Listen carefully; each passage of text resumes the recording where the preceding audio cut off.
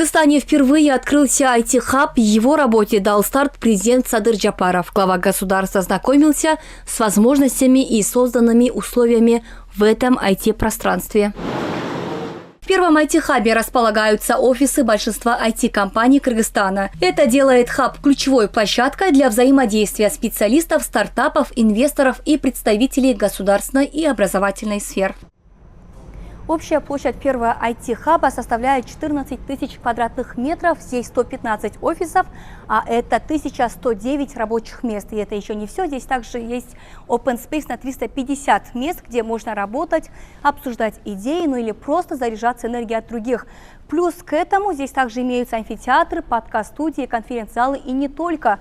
Одним словом, данный IT-хаб стал настоящей точкой притяжения для молодых талантливых айтишников, а также специалистов других сфер.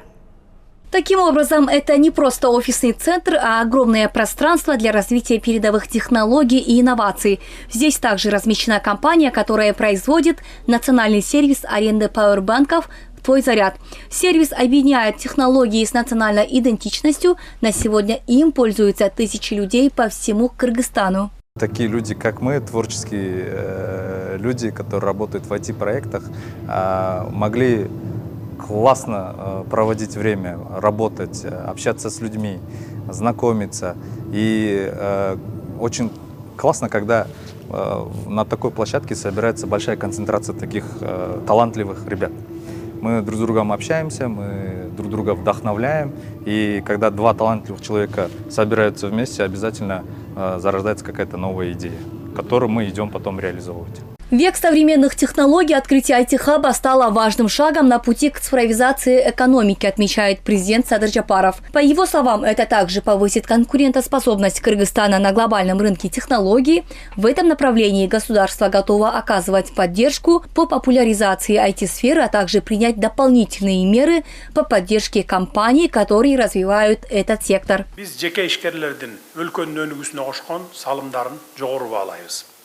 Мы высоко ценим вклад частных предпринимателей в нашу экономику. Это свидетельствует о взаимовыгодном партнерстве между государством и бизнесом. Впредь будут созданы все условия для открытия подобных центров, заводов и предприятий во всех уголках страны. Если вы помните, 2 года назад был принят закон о легализации доходов. Вот за счет этого множество бизнесменов, в том числе и Омурбек Бабанов, легализовали свои капиталы, тем самым не выводя их за рубеж. Они теперь строят вот такие хабы и другие объекты. До этого такой закон был принят 2 раза, но закон был сырым и не работал. На сегодня в Кыргызстане набирает обороты процесс легализации доходов и активов. Механизм, запущенный в рамках закона о добровольной легализации активов физических лиц и амнистии, уже показал свою эффективность. За 1,5 года около 30 тысяч граждан воспользовались возможностью узаконить свои капиталы. Министерство сообщает, что период времени, предусмотренный настоящим законом,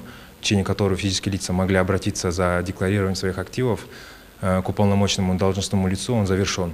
За период действия указанного закона было зарегистрировано 29 929 специальных деклараций и уплачено 276 декларационных платежей на общую сумму 276 миллионов сомов в бюджет страны. Одной из главных задач данного закона является выход из теневой экономики. Для этого совместно с фискальными органами проводятся масштабные реформы с участием самих представителей бизнеса.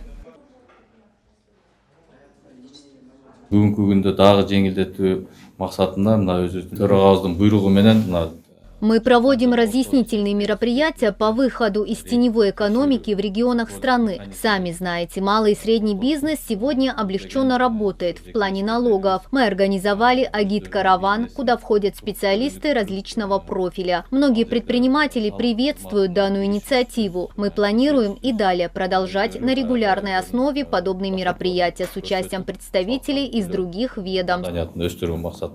Эксперты отмечают, что этот шаг стал стимулом для притока инвестиций, в том числе из теневого сектора экономики. Те, кто ранее опасался проверок и санкций, теперь открыто вкладывают в развитие бизнеса, запускают новые проекты и открывают рабочие места. Это что даст? Это даст увеличению рабочих мест, созданию рабочих мест, увеличению доходной части бюджета, что способствует решению социально-экономических проблем нашей республики.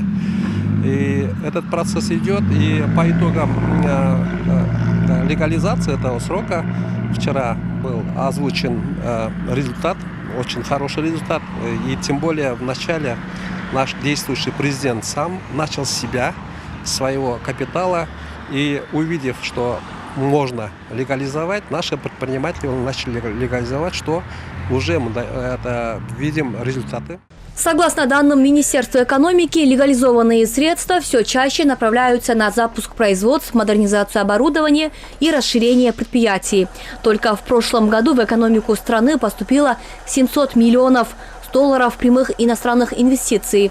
Со стороны государства предпринимателям предоставляются гарантии. Фискальные органы не вмешиваются в деятельность, связанную с ранее легализованными активами.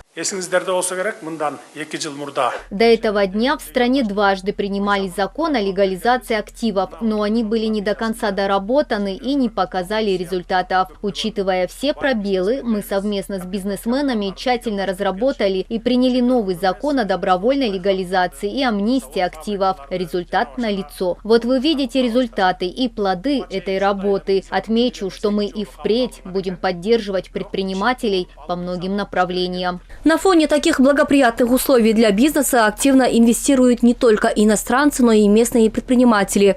Таким образом, легализация доходов стала не просто экономической реформой, а мощным импульсом для деловой активности и инвестиционной привлекательности Кыргызстана.